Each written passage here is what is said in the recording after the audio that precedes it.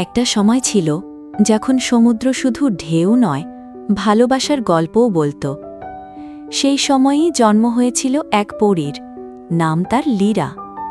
তার ডানা ছিল সমুদ্রের ফেনায় তৈরি, চুলে ছিল বেগুনি আলোর ঝলক, আর চোখে লুকানো ছিল নরম এক শান্তি।